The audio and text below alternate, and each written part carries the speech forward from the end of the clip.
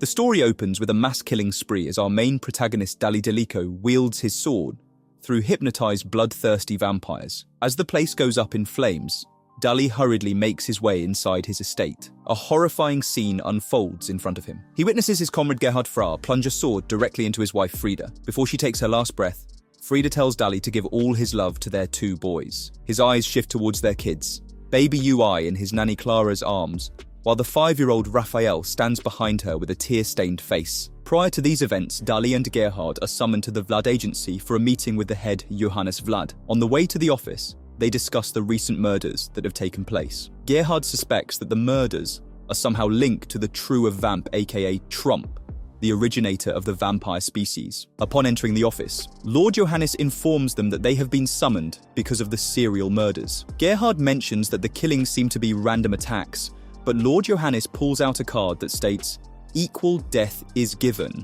This vamp is no Trump." From the sound of it, the perpetrator believes that Trump exists. However, this notion is supposed to be hidden from the general public and depicted as a fable. Lord Johannes goes on to describe Trump as their godly originator to whom the entirety of the vampire race is mentally connected. Dali adds that this could possibly lead to disturbance of Trump, which might bring about a collapse of the whole vampire race. In order to avoid such a situation, the head orders them to lead an investigation, but Dali outright rejects the order and leaves. Afterwards, during a meeting, Enrique Lorca bursts into laughter after hearing about Dali's reaction, whereas Dino Classico only stares at the card. Gerhard suspects that there must be a cult out there that believes in the existence of Trump. The group is informed that the investigation is supposed to be carried out in secrecy, which is why Johannes wants Dali to lead it.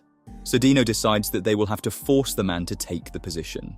Johannes states that they will understand the man's dilemma once they see him in person. Once the 3 men arrive at the Delico estate, they are escorted to Dali by his aged butler Ferdinand. He warns them not to be surprised because they are met with the sight of Dali running after a crying Raphael while UI is strapped to his back. The 3 other aristocrats watch him speechless. After a while, things quiet down once the children are down for a nap. Dali gleefully explains the kids' tantrums while the men watch him concerned. Gerhard snaps at him for looking after his kids and abandoning his actual duties. Dali counters back by stating that Gerhard has a son of his own named Angelico. He must understand the struggle of raising kids. Gerhard is the least bothered about it because apparently raising kids is not for men of noble birth. Turns out Henrique has 5-year-old twin girls and Dino has an almost 7-year-old son. For Dino, it's demeaning to care for children as an aristocratic man. Gerhard wants Dali to go back to work. The latter doesn't budge. He isn't too concerned about making some god happy. Gerhard rephrases it by stating that it's the agency's sacred mission to keep the vampire kind alive.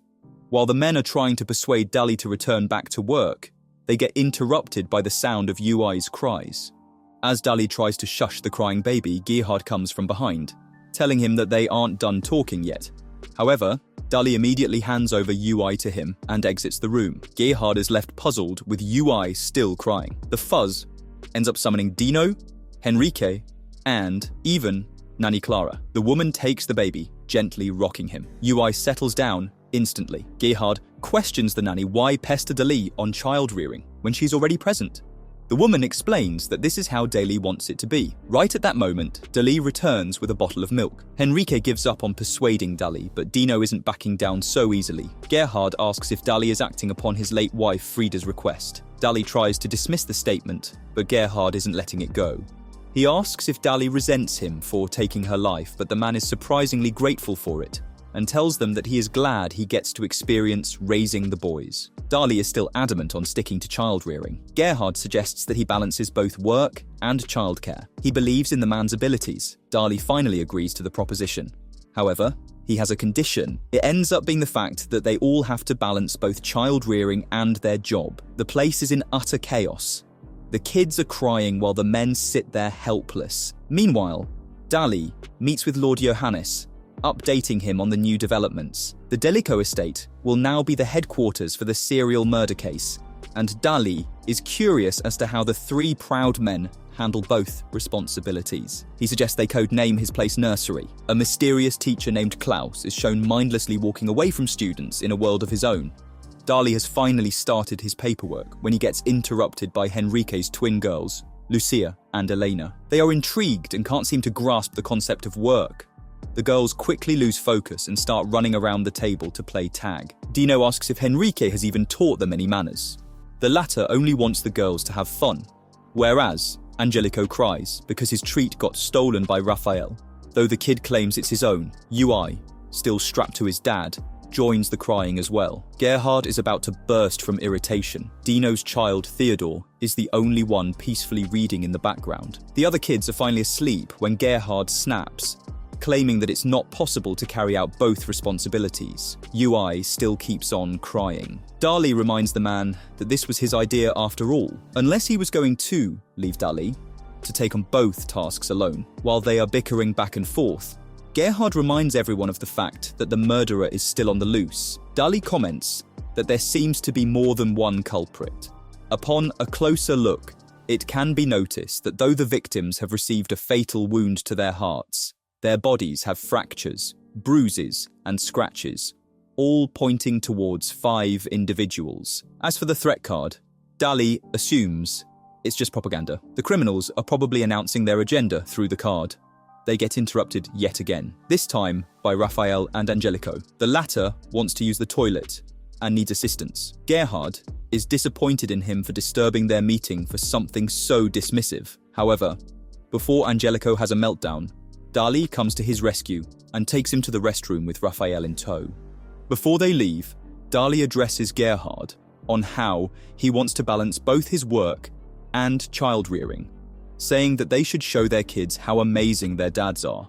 His words irritate Gerhard. He runs after them, taking the kid instead. In the meantime, Henrique mentions Gerhard's attitude towards Dali. Dino reminds him that their families have been rivals for a long time. Henrique then comments on Gerhard killing Dali's wife, Frida. Dino clarifies that the reports had stated that the woman was under the influence of the attackers. Vampires, when they bite someone, can control the person's mind via their initiative. What Henrique is puzzled about is the fact that Dali is grateful for it. Dino tells him not to look too much into it.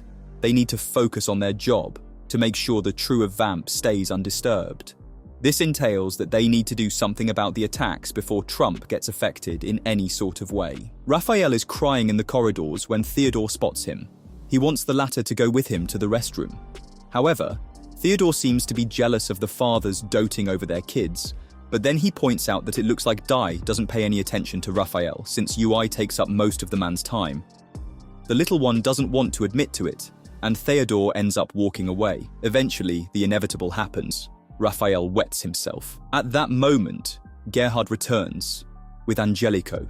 He is determined to show Dali that he too can handle both things. The rest of the men and Clara find them as Gerhard gives the boys a bath. Theodore and Dino return to their estate at night. They are welcomed by their butler, Albrecht. The father goes straight to his office, while the kid lies down in his bed. The butler tries to voice his concern over Dali's odd proposal of looking after the kids while working on the case. Albrecht could see that Theodore didn't have a pleasant time and suggests that the aristocrat remarry. Dino doesn't like the sound of it, because all his previous wives have run away. He alone will take care of the kid, at least for the duration of the mission. As for Henrique, his wife Kate Lorca demands to know why he had taken their girls with him. The man timidly explains that it was upon Dali's request. He proceeds to tell her that Lord Johannes has ordered for Dali to lead the case, since he is a sharp vampire. The mission is quite risky as it involves the preservation of the vampire bloodline. Kate doesn't like the sound of it, but Henrique assures her that he will keep their girls safe. They get interrupted by the kids. The twins demand their father to read them a bedtime story. Little Angelico comes to his father's office hoping to sleep next to him, but the man wants to raise him as a nobleman, which apparently doesn't leave any slots for the kid to act his age. Gerhard dismisses his request. Angelico runs off, but not before confessing that he enjoyed spending time with Gerhard during the bath. Late at night, the criminals are out on the streets again. They get surrounded by the police of blood. However, the police squad is wiped out with ease. Only a single man survives with bite marks. He lives till he delivers the message that all is done in Trump's name. That is Pendulum's way. Upon hearing Pendulum's name, Dali realizes who they are dealing with, because this particular criminal organization worships Trump. They can't even interrogate the survivor because he ended up offing himself by initiative from the bite. However, Dali remembers encountering them before.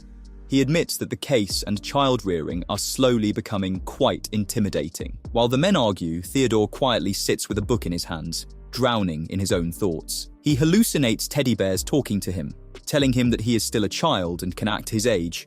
But Theodore keeps reminding himself that he needs to grow up. None of the adults notice that the kid is struggling. Dali takes the men to the kitchen to prepare a meal for the kids. Gerhard objects to it right away. Dali explains that meal preparation for the children is a part of raising them. His chefs stand at the back. Dali doesn't see a problem in it, because the men are still getting paid. Henrique is the only person who finds it amusing. Dino tries to reason that Dali's antics might hinder their mission, but Dali assures him that the police are carrying out their duty. For now, the aristocrats can only wait. The conversation turns toward Pendulum. The men are intrigued by the way Pendulum has revealed their involvement in the case. Dali is certain that they had meant to reveal their identity. Dino conjectures that this is them making a direct statement.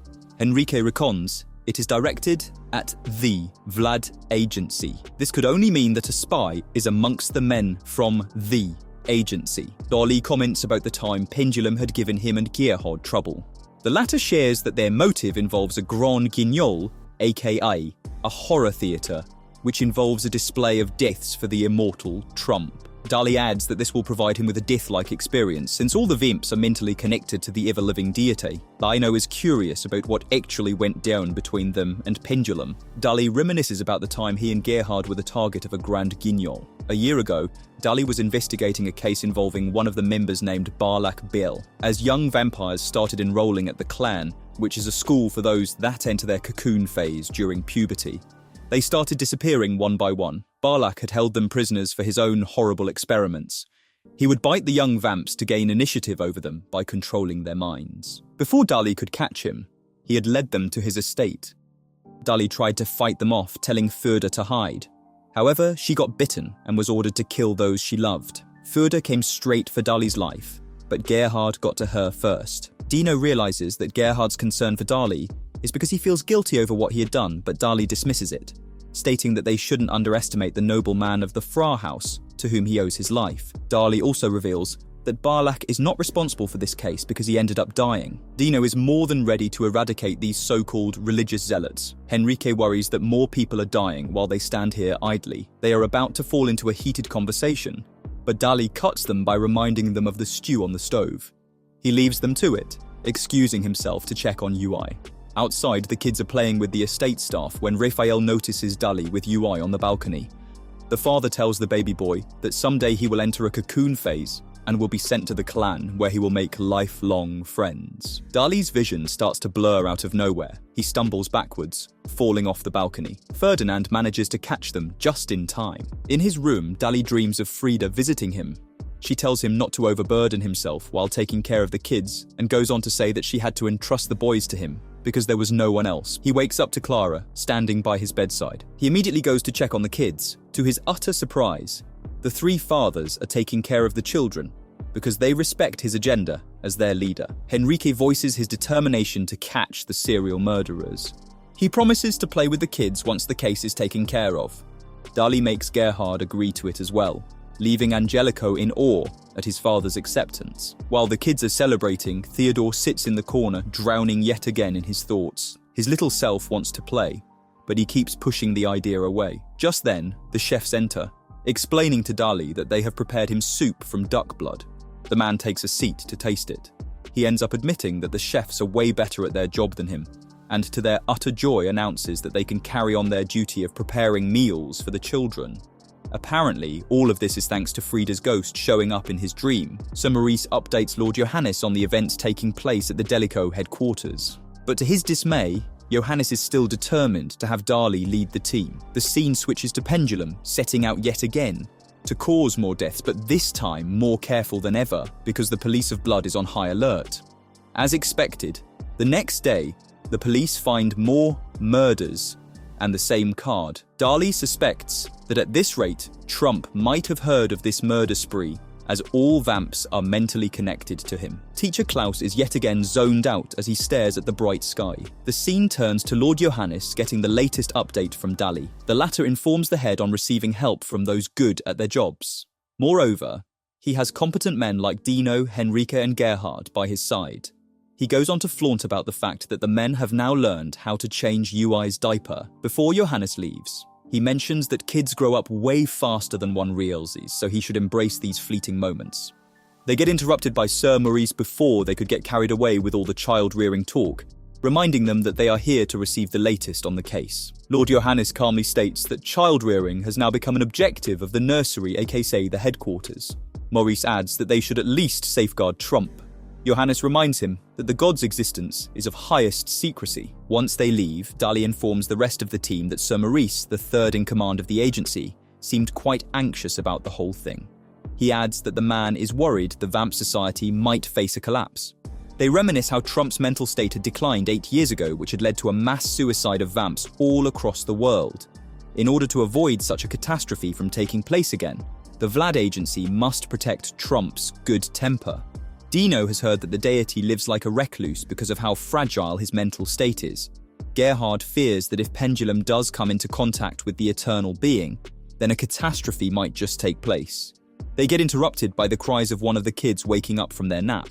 The scene changes to a cloaked man entering the cave where Pendulum hides. The mole turns out to be none other than Sir Maurice. One of the members, Keith, inquires about the investigation. Maurice truthfully informs them that the agency is waiting for Pendulum to make a move. The group starts discussing that the agency is probably concerned about them coming in contact with Trump and doesn't have a care in the world for the many deaths. This means that they are most likely giving Trump protection. Katerina questions if the Vlad agency knows about their goal. Keith answers that they might have an idea, as he mentions that one of them has great intuition. Kiki already knows he's talking about Dali. They question Maurice about the whereabouts of Trump, but the man starts to panic, as he doesn't seem to know. Katerina threatens him with the unstable emotions of a vamp in a cocoon phase. Kiki steps forward, commenting about how she wants to love people to death in her cocoon phase. Keith joins them by making the man kneel in front of them with the help of his initiative, because Maurice has been bitten by him. Meanwhile, in the delico nursery, UI seems to have gone back to sleep. Raphael approaches them. Dali tells him to ask Clara to fix him some snakes. The kid declines. Dali suggests napping a bit more, but he refuses. Neither does he want his father to read him a book nor play tag. His outburst wakes up UI. Dali suggests playing peekaboo, but Raphael doesn't want to do that either, and in the heat of the moment, slaps baby UI's face. The little guy starts to cry. Raphael bursts out that he'd rather have the baby dead. Dali is shocked to hear this and almost slaps the kid, but Raphael runs away. The three men find Dali. They discuss the kid's out-of-the-line behavior. Gerhard calls it the phase where children enter a no-no stage, most likely caused by their siblings. Henrique mentions that his girls entered the phase at 2 years. Gerhard proceeds to explain that because of the lack of vocabulary, the child expresses himself in this way. This can also be known as the first rebellious stage. Dali shares that Raphael has always been an easygoing child, or maybe that was just because the child was spoiling him. Kiki's laughter fills the cave as Keith makes Maurice do weird dance moves. Keith then commands him to choke himself to death. The poor fellow follows through because of the initiative.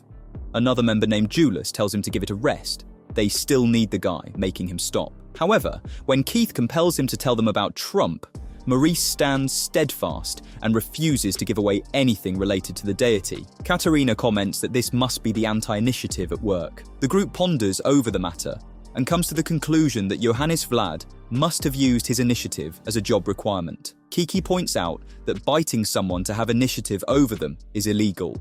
Julius chips in that this just shows how highly the agency holds information regarding Trump. Keith is still determined to put Maurice to use at night, so Maurice opens a hidden vault disguised as a bookshelf. Gerhard informs Dali that the security around the town is high. The police of Blood are still trying to collect eyewitness reports. Dali isn't quite interested in the issue. Gerhard points out that he seems to be lost in his child rearing. Dali confesses that he just can't seem to understand what to do about Raphael's no stage.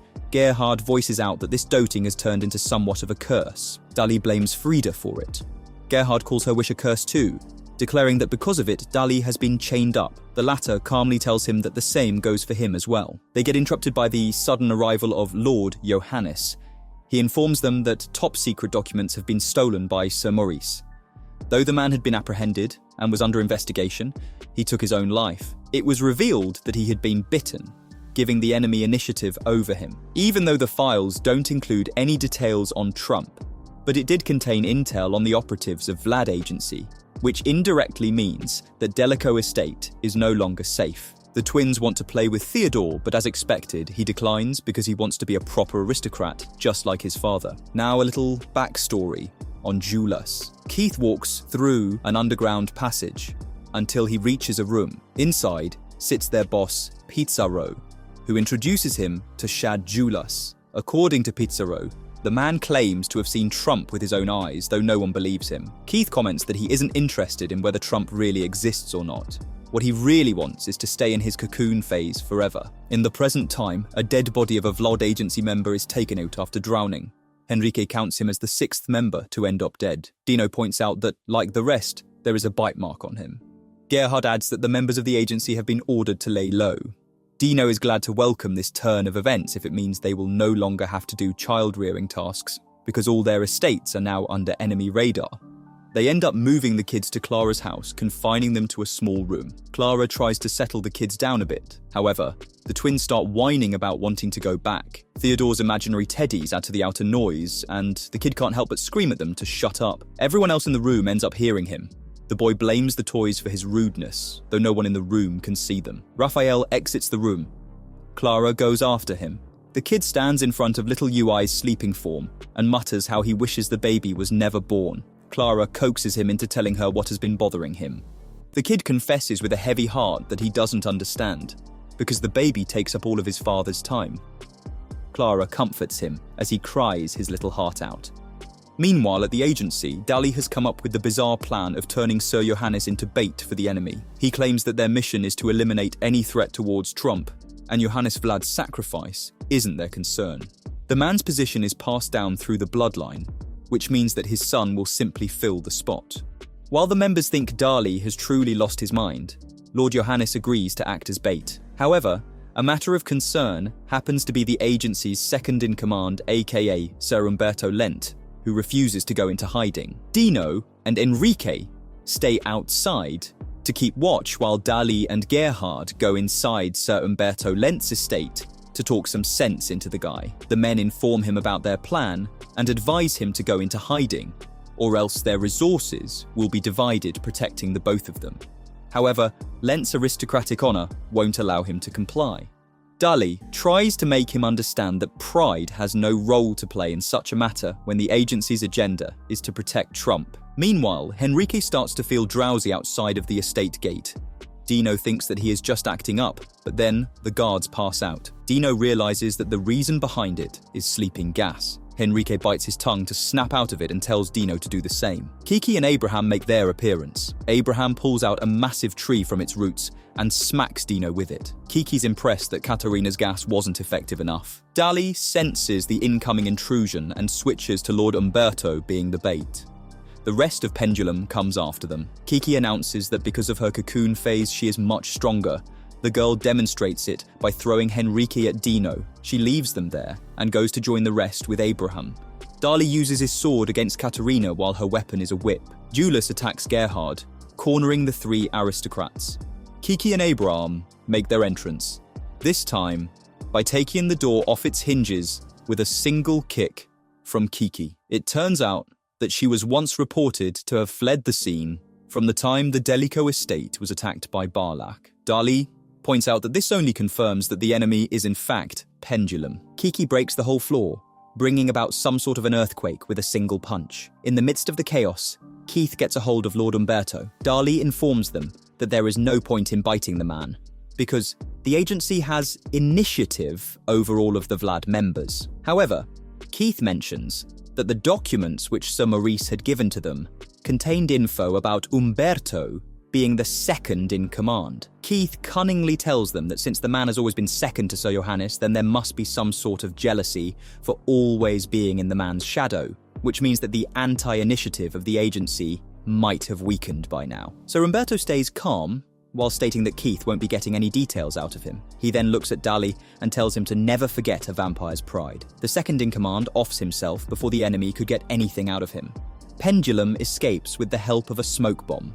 The Aristocats leave the rest of the cleaning up to the police of blood as they decide to head back to the kids. However, none of the children are in the room when Clara comes to get them for snacks. Ferdinand hurriedly informs her that UI isn't in his crib either. Albert and Kate stand in the doorway, as puzzled as them. The scene changes to the events from earlier that day. The fathers bid their farewell to the kids. Raphael is still stuck in the no phase, though Dali isn't helping either by burdening him further with the responsibility of his younger brother.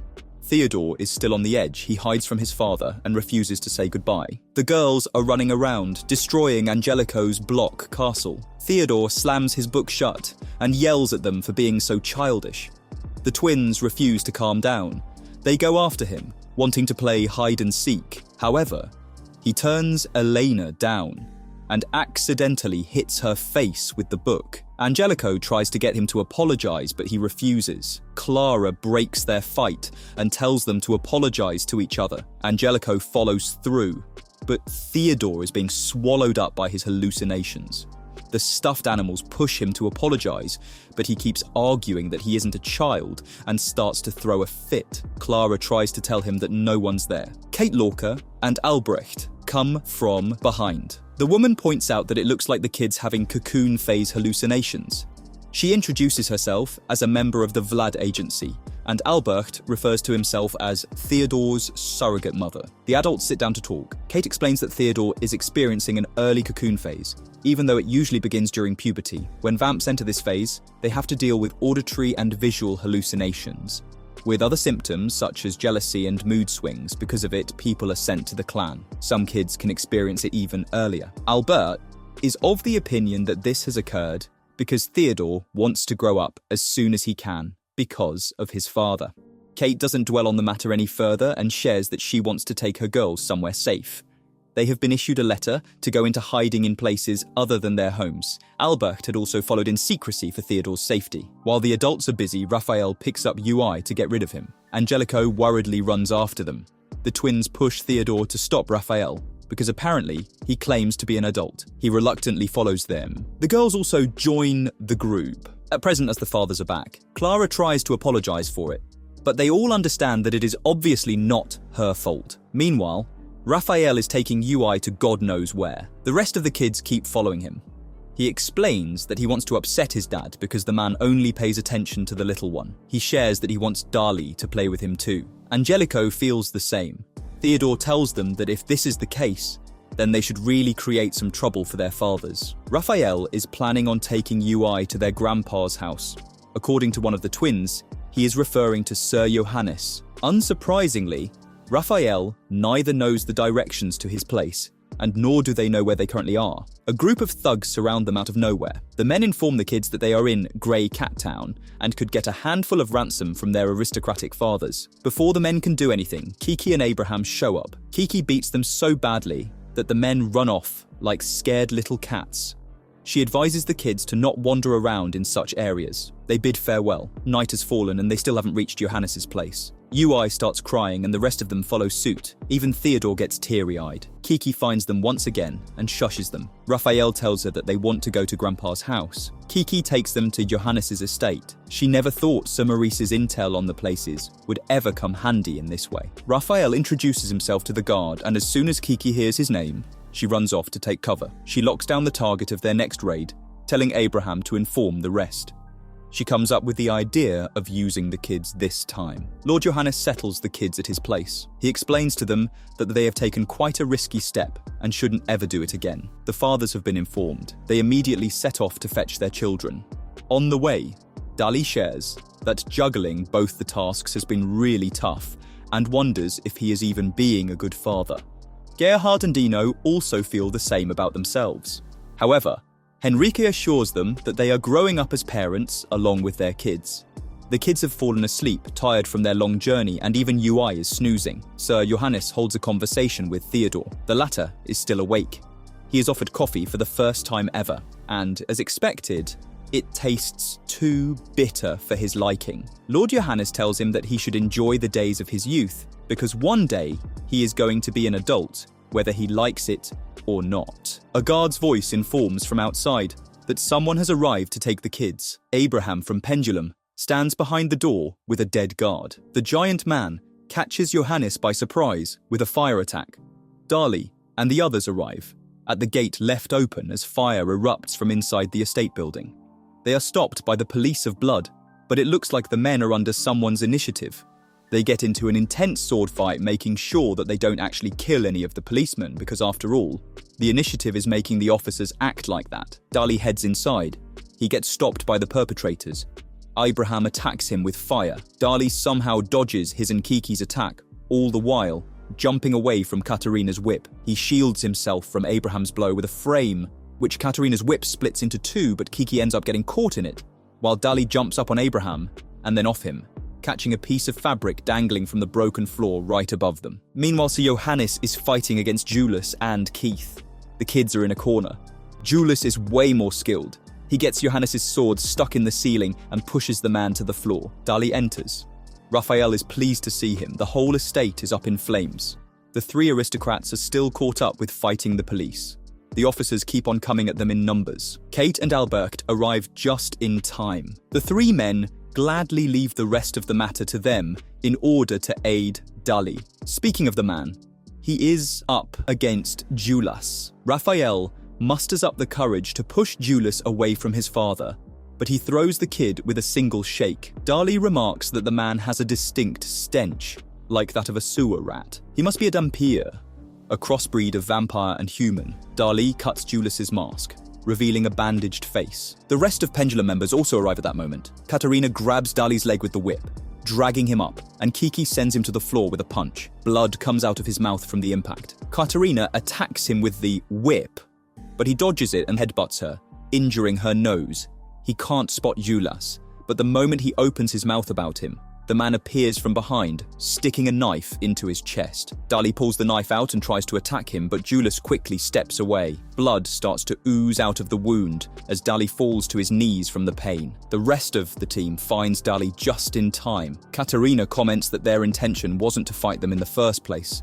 The kids are heard protesting. Abraham and Julius are holding them in their arms. They successfully run off with the children because Abraham blocks the aristocrats with his fire attack. Dali starts to regret involving the kids in the whole mess. Gerhard slaps him across the face, telling him to get it together because Dali has to be the one to save them. Kate tells them that they won't get anywhere, with lamenting on their past actions and need a solid plan to get the kids back. They hear UI crying somewhere in the room. The father finds him safe and sound, taking him in his arms. Back at their hideout, the agency members discuss things. The police under initiative have been hospitalized. If Pendulum is after unveiling Trump's location, then it makes sense that they have also taken Lord Johannes as hostage. The kids are probably kidnapped to force him into giving up information on Trump's whereabouts. Kate is glad that Johannes is with the kids. She's hopeful that he'll keep them safe. Dali sits up in the bed, stating that protecting Trump has been the Vlad clan's agenda for too long. Lord Johannes is bound to choose, and it most likely won't be the kids. Henrique comments that if it came to the vamp kind and their kids, he himself will choose the kids. They can only hope that the head at least buys them some time to rescue the children. The next day, the men return to Delico Estate, when Dali tells them about the Dhampir he encountered the previous night. According to Dino, the blood of these half-breeds smell disgusting to vampires. Dali shares that since they are unable to trace Pendulum, he might know the reason. The man takes them down a secret stairway towards a hidden archive room. He informs them that it's all the information available on the True of Vamp. Gerhard starts to freak out, calling it a breach of protocol. In Dali's defense, they are only copies. He takes out a specific file on the Nebula Village massacre, which took place a year ago.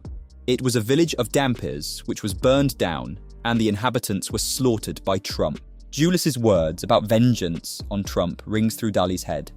He is sure Julius is a survivor. Meanwhile, the kids have quite easily adapted to the new surroundings. Kiki comments on how their place looks like a nursery now. After a while, the kids have settled down. Kiki and Abraham have also fallen asleep. Keith comes to ruin their slumber by waking Kiki up. He almost attacks her, but she impressively dodges it.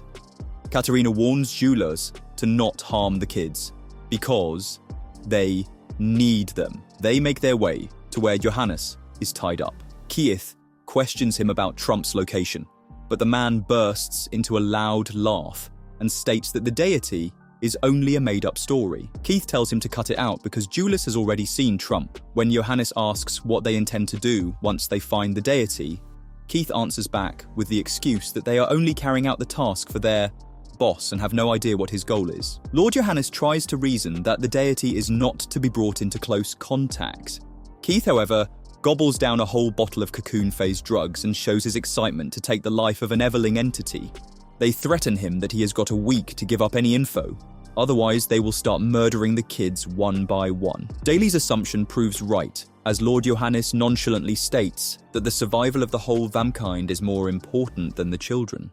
Meanwhile, Kiki has set a tent and brought toys with her and a bit of Abraham's money for the kids' entertainment. Keith is obviously not impressed. The children play, but Theodore silently stays in a corner. Katerina tries to nicely get him to play, but he refuses, stating that he isn't a kid, but an aristocrat. This immediately hits Julius's nerve, and he pulls out his sword on Theodore. However, Kiki interferes, warning him that she will not shy away from beating the man up. Katerina tells her that Julius only dislikes Nobel kids. Back at the Vlad agency, as Kate is the chief of intelligence, Dali requests her to enlighten them on the Nebula Village massacre. She goes into a detailed account. The village was inhabited by Dampirs to escape from the prejudice of the humans and vampires alike. However, as they were inbred, their lives were short-lived because of congenital complications. They still worshipped the deity. One day, the immortal being paid a visit. The reason is unknown, and the people of the village started slaughtering each other, mainly because of Trump's weak mental state. There were 3 survivors of the mass slaughter. One was a baby, later taken to Dampir orphanage. The second, a young boy later adopted by a hunter present there at the scene, and a man named Julius Shad, who was the advisor of the village mayor, and was later evacuated to the hospital on account of being covered in burns from head to toe. Dali comments that he is sure the Dampir in Pendulum is none other than Julius, because everything about him fits the description. Katerina shares a bit about Julius with Kiki. She got to know about him once when he was drunk and talkative. The man originally belongs to Grey Cat Town, where he met a girl. Julius was abandoned by his biological parents but was soon adopted by a Dampir woman. However, since they don't live long enough, Julius was again on his own when the woman died. He survived by drinking her blood. In the town, he was treated badly because of his race. There, he met Rosa. She brought him to Nebula Village. He grew up there and made friends. Rosa grew into a fine lady, and he was attracted to her, but she had eyes for someone else. Then one fateful day, Trump paid the village a visit, and because of his initiative, the villagers started killing each other. Rosa tragically died.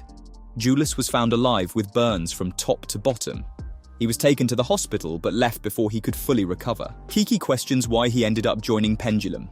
Katerina answers that he wants vengeance on Trump and found their boss somehow. Pizarro told Julius that his objective differs from theirs because they worship the very being he wants dead. But then again, Julius might be able to make Pizarro's dream of making Trump happy come true. Katerina asks why Kiki decided to join Pendulum. The girl shares that she wants to stay in her cocoon phase, for which she needs the drugs that Pendulum supplies. Julius's health keeps declining. He starts to cough blood. Keith tells him to hang in there because the man needs to complete his job. Meanwhile, the Nobel fathers have reached the forest where the human hunter and the young adopted Dampir reside. Memories of that fateful night floods Julius's dream. Rosa had begged Trump for immortality, but the deity didn't pay any heed. The people were still killing each other when Rosa joined her group of friends. Due to the initiative, she happily wanted them to kill her, but Julius took their lives one by one. The only ones left were her and him.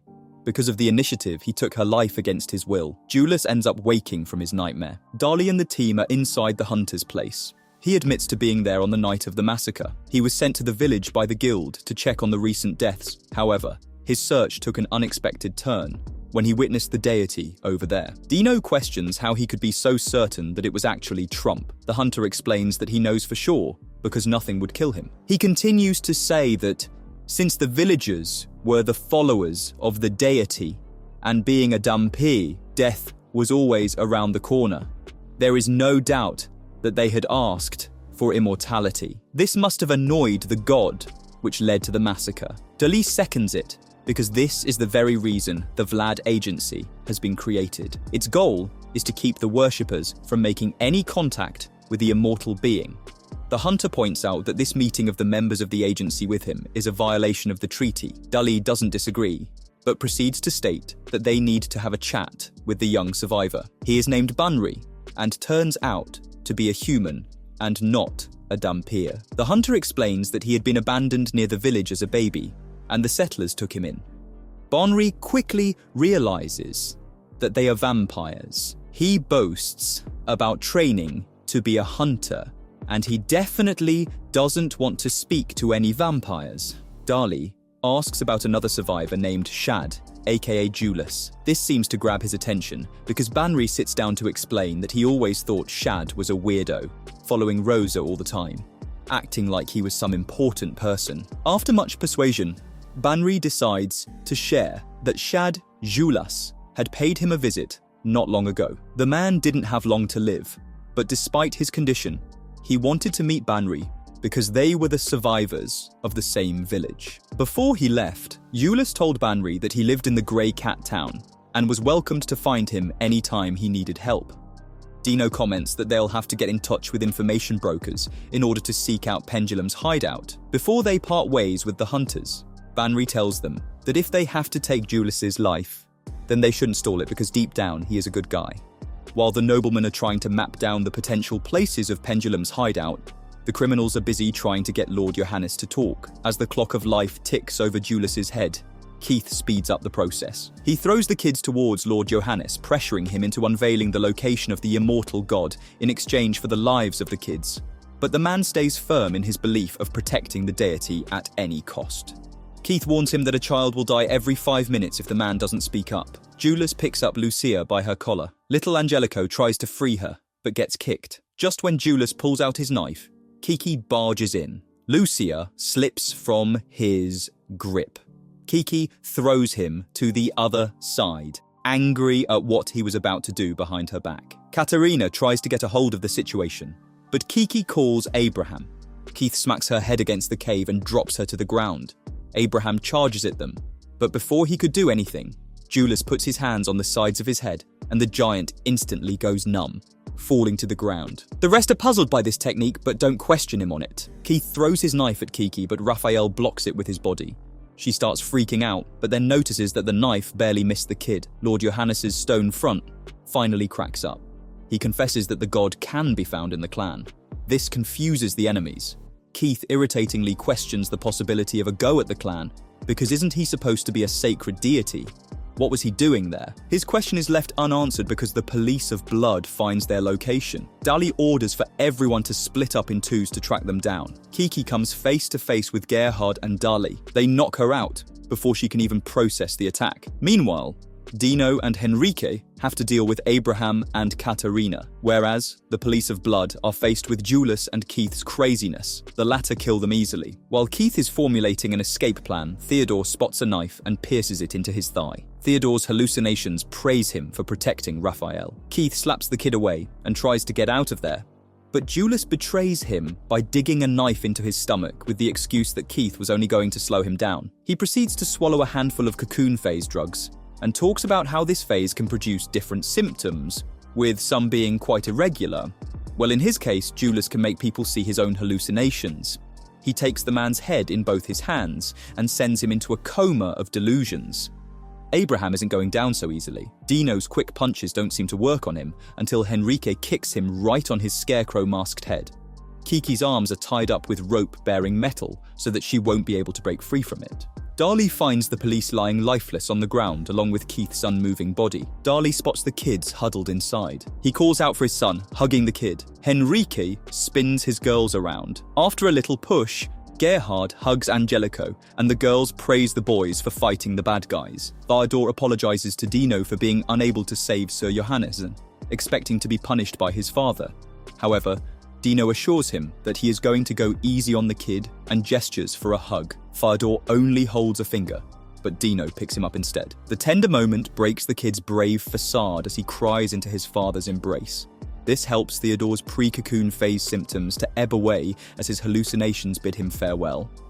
Just when things seem to be almost back to normal, Katerina breaks into the hideout, sarcastically stating to babysit UI. Julius is there as well. Ferdinand tries to protect Clara and UI, but gets smacked into a wall. Clara firmly insists on going with them.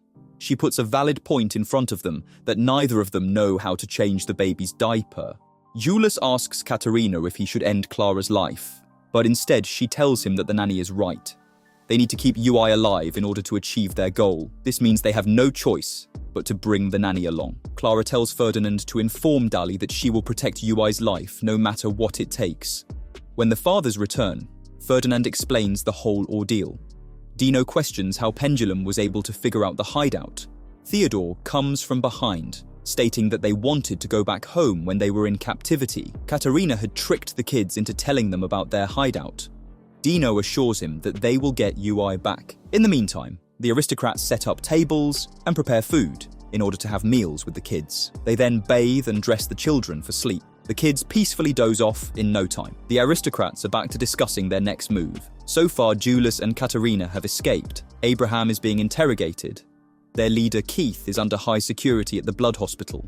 But the doctors have declared that his somatic reflexes are not working, whereas Kiki has already told them that Lord Johannes had cracked and exposed the fact that the god has disguised himself as a teacher at the clan. Moreover, Julius is after the deity. The men then discuss the tight security at the clan. However, every year, a clan festival is held to show the public the abilities of the students over there. On that day, the place is open for the public's eye, which means enemies can easily sneak in. The aristocrats decide to also visit the clan on that day.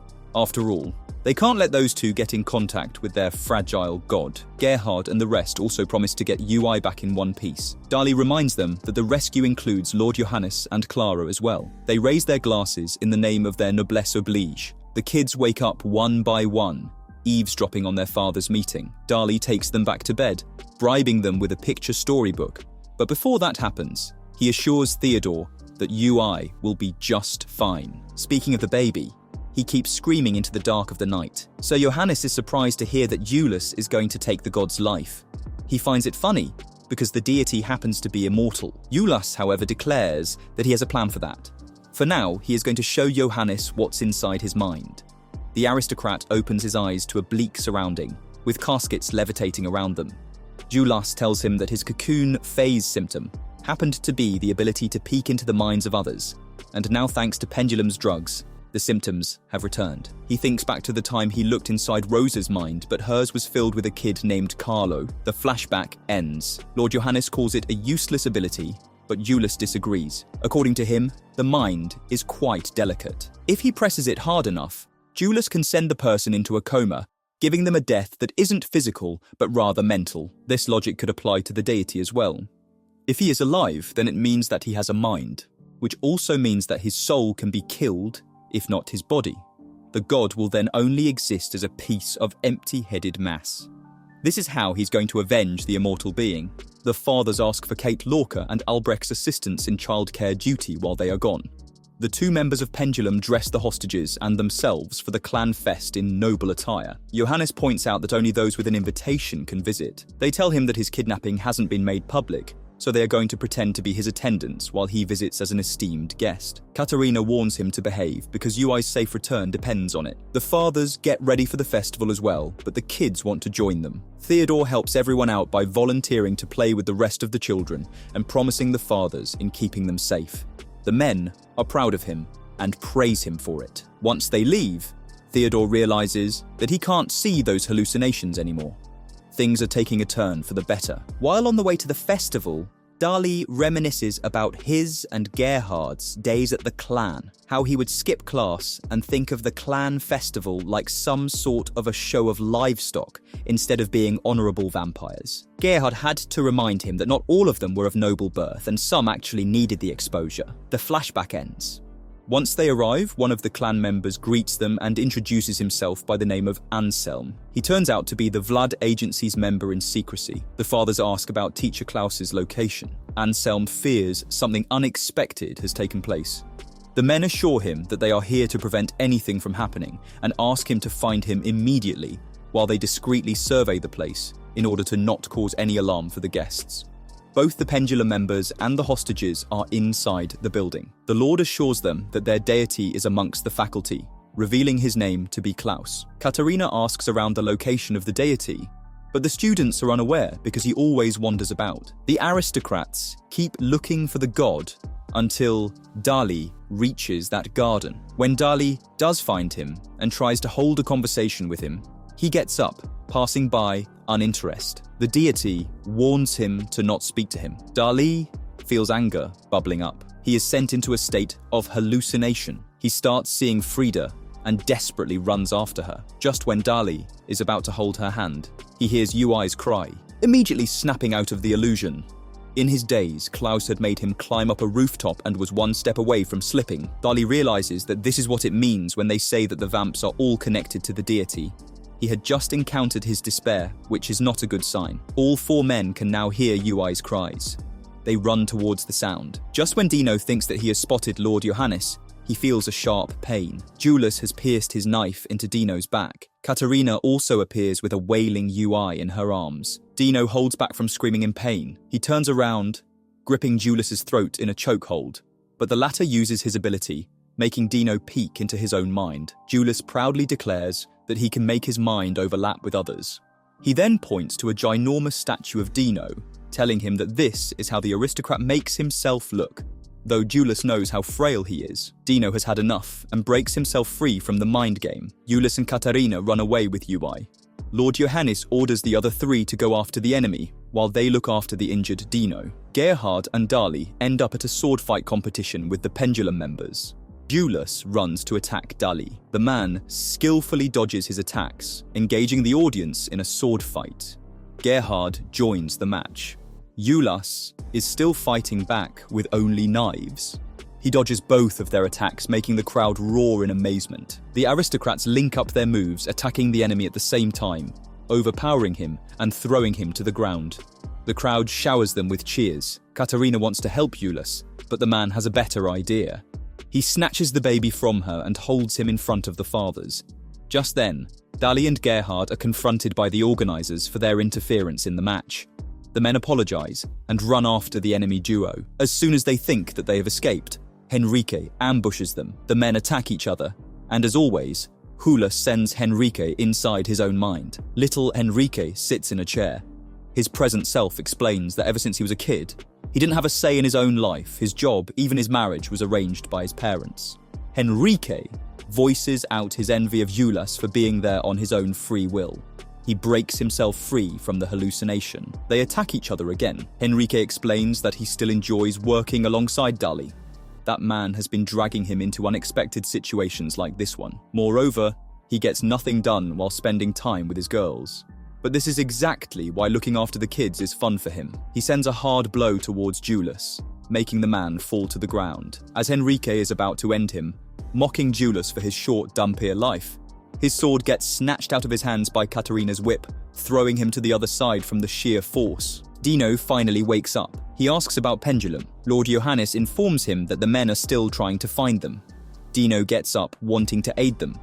Johannes tries to tell him that he has only been provided with first aid, and his wound still needs healing. However, Dino declares that his noble blood doesn't permit him to fall behind Dali. His pride won't allow it. Meanwhile, Julius collapses in one of the hallways. Katerina worriedly checks up on him. He knows his clock is ticking, but then his eyes fall on Klaus. He recognizes the deity right away. The flashback of the god destroying his village is still fresh in his mind. UI starts to cry. As soon as Julius begins to walk towards Klaus with his knife, Katerina yells for him to stop, but he runs towards the deity, piercing both his knives into Klaus.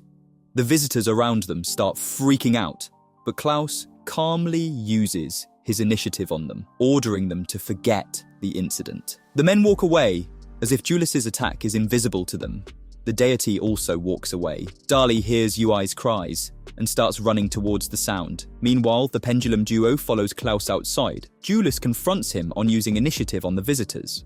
The deity states that he wouldn't have done it in the first place because he doesn't see them as his slaves, but he didn't want to cause any commotion. Julius then asks him about his reason for the massacre of Nebula Village, but to his surprise, the deity can't recall it ever happening and dismisses it by saying that he just can't be expected to remember everything. This makes Julius furious. He swiftly attacks the god, littering his body and face with numerous cuts, but he heals as quickly as the attacks stop. Katerina steps back in surprise at the sight of an actual immortal vampire. Julius, however, isn't backing down so easily. He is determined to put an end to Klaus's mind, but once inside of it, he is met with a barren land. He then comes across rows of empty caskets. Julius starts to wonder if the deity even has a mind. He keeps walking until he comes across a giant hill. Fire erupts on both sides as he starts going up the steps. Upon reaching the top, he sees a headstone. He digs and digs till he reaches a coffin. Meanwhile, in the physical world, people start shedding tears. Lord Johannes fears the collapse of their race is near. Just when things are about to get out of hand, Dali separates Julius from the deity, declaring that their god is untouchable and whosoever breaks this protocol will be terminated by the Vlad agency. Katerina hurriedly tells him not to move, or else they will harm UI. Julius starts striking Dali with his knives, angry that the man values his races more than his own flesh and blood. A sword comes flying from out of nowhere. Dali picks it up. Gerhard joins the fight, reminding Julius not to frown upon Dali as he belongs to a prestigious family. Julius still believes that they would choose their race over the kid. Gerhard, however, corrects him, stating that they are on a mission to handle both. The mission will be a failure if they lose the kid. Dino and Enrique join them as well. The latter affirms that they will not surrender either of their objectives. Julius, though surrounded, still wants to fight. Dali forcefully pushes him to the ground, his knife falling from his hand. Dali then proceeds to hit him on the head with the handle of the sword, making him fall flat on the ground. Julius pushes himself up, stating that he wants to avenge everyone and punish the deity. The said being utters that he has already been punished with immortality. Julius angrily questions that how could the eternity that his Dhampir comrades longed for, the eternity that Rosa had wished for, be nothing but punishment? He runs towards Katerina, snatching little UI from her arms, declaring that he is going to punish Dali by taking UI's life. As he holds the knife towards the little life, Dali cannot stand still and runs towards him. Before the father can reach them, Katerina bites Julius's shoulder. She uses her initiative, commanding him to hand over the baby. Once done, she hands little UI to Dali and escapes with Julius by throwing a smoke bomb at them. Dino stops to ask the deity why he chose to be a teacher at the clan. Klaus replies that he is trying to pass his time. Dino tells him that his peace of mind means that the rest of the vamps have their minds at peace as well. The Vlad agency can only do so much. The deity doesn't show any interest in the matter. Dino ends up walking away, stating that they will have to put their lives on the line, just for the sake of keeping Klaus's boredom alive. Julius sits against a wall, telling Katerina to get out before they get caught, but she doesn't want to leave a friend behind. Julius doesn't agree with it. He confesses that all this time, he used Pendulum for his own gain.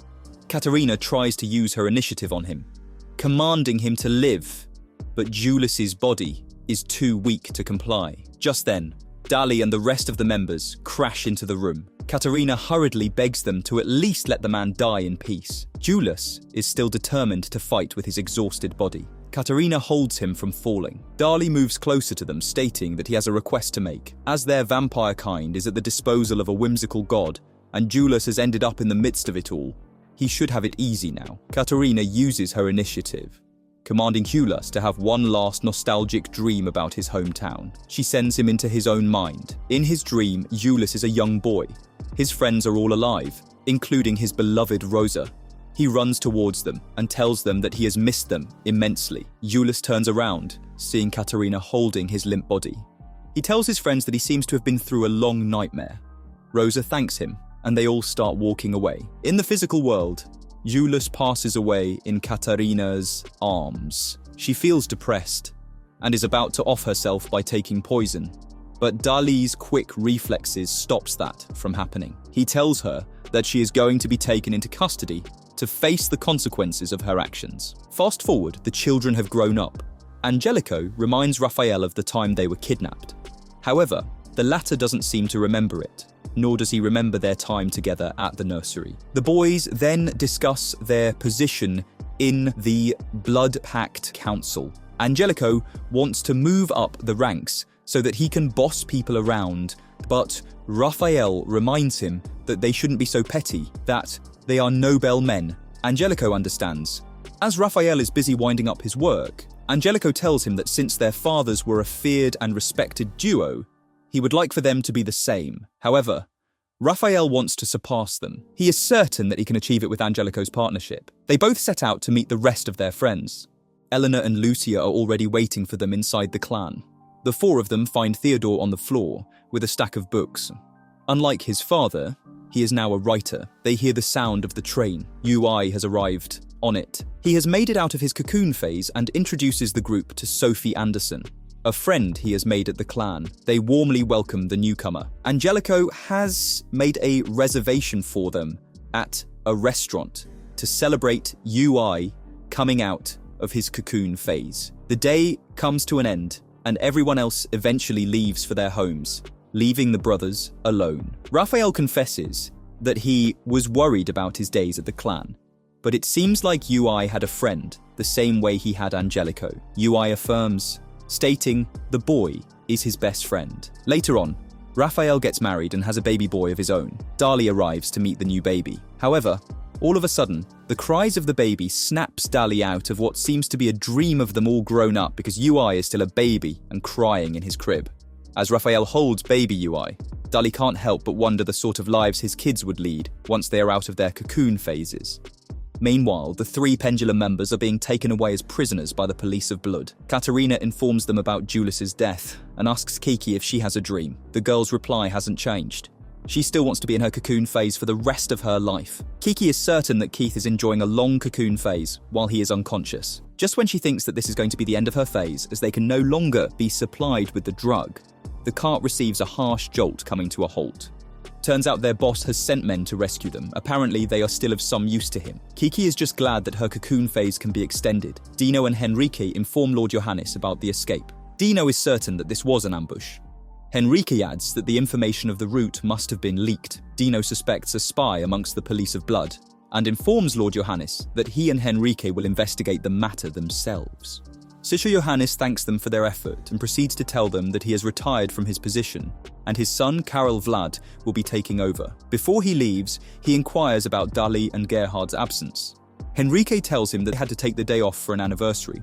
The scene switches to the fathers, the staff, along with Raphael and UI, all gathered at Frida's grave. Innocent Raphael asks if this is the place where his mother sleeps. Gerhard apologizes to the kid, feeling guilty for taking her life. Raphael doesn't understand the situation, so Gerhard has to change the subject by saying that he respects his mother and wishes the kid grows up a respected nobleman, one Frida would be proud of. Raphael promises to become someone important in order to protect his little brother. The remaining Pendulum members are with their boss, Pizarro. He tells them the obvious facts about Trump and how destruction takes place every time his peace of mind is disrupted. Pizarro concludes that the deity is in a state of depression and needs their help to bring him happiness. Kiki cuts him off by blurting out that she doesn't really care about it and will get the job done. Pizarro tells her that once in the cocoon phase, a vamp is the most mentally connected to Trump, and for this reason, they need to be in an eternal cocoon phase. Pizarro goes out of the room, opening into a church. A man named Norman hands him a small baby named Sophie Anderson, the same kid that UI becomes friends with in Dali's dream. Moreover, he is that baby who has survived the Nebula Village massacre. He is hopeful that Sophie will bring the deity happiness by performing Grand Guignol for him in the future. Meanwhile, the Vlad Agency parents have taken their kids out for a picnic. Kate makes it clear that she doesn't want the nursery to go on. Dino agrees because it has proven dangerous for their kids. While they are all busy talking, UI crawls towards a chair and takes his first step, and everyone holds their breaths, but he falls down immediately. With this, the anime comes to an end. Thanks for watching. See you in the next video.